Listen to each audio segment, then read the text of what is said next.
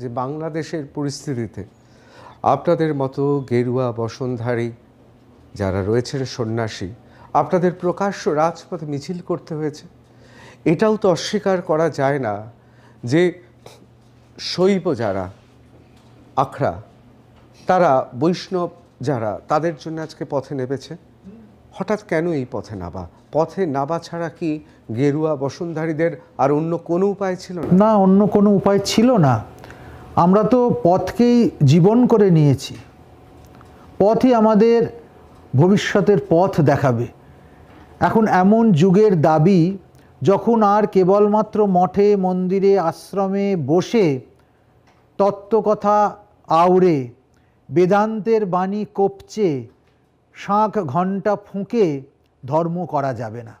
এখন ধর্ম করতে হবে রাজপথে, মানুষের সঙ্গে মানুষের কাঁধ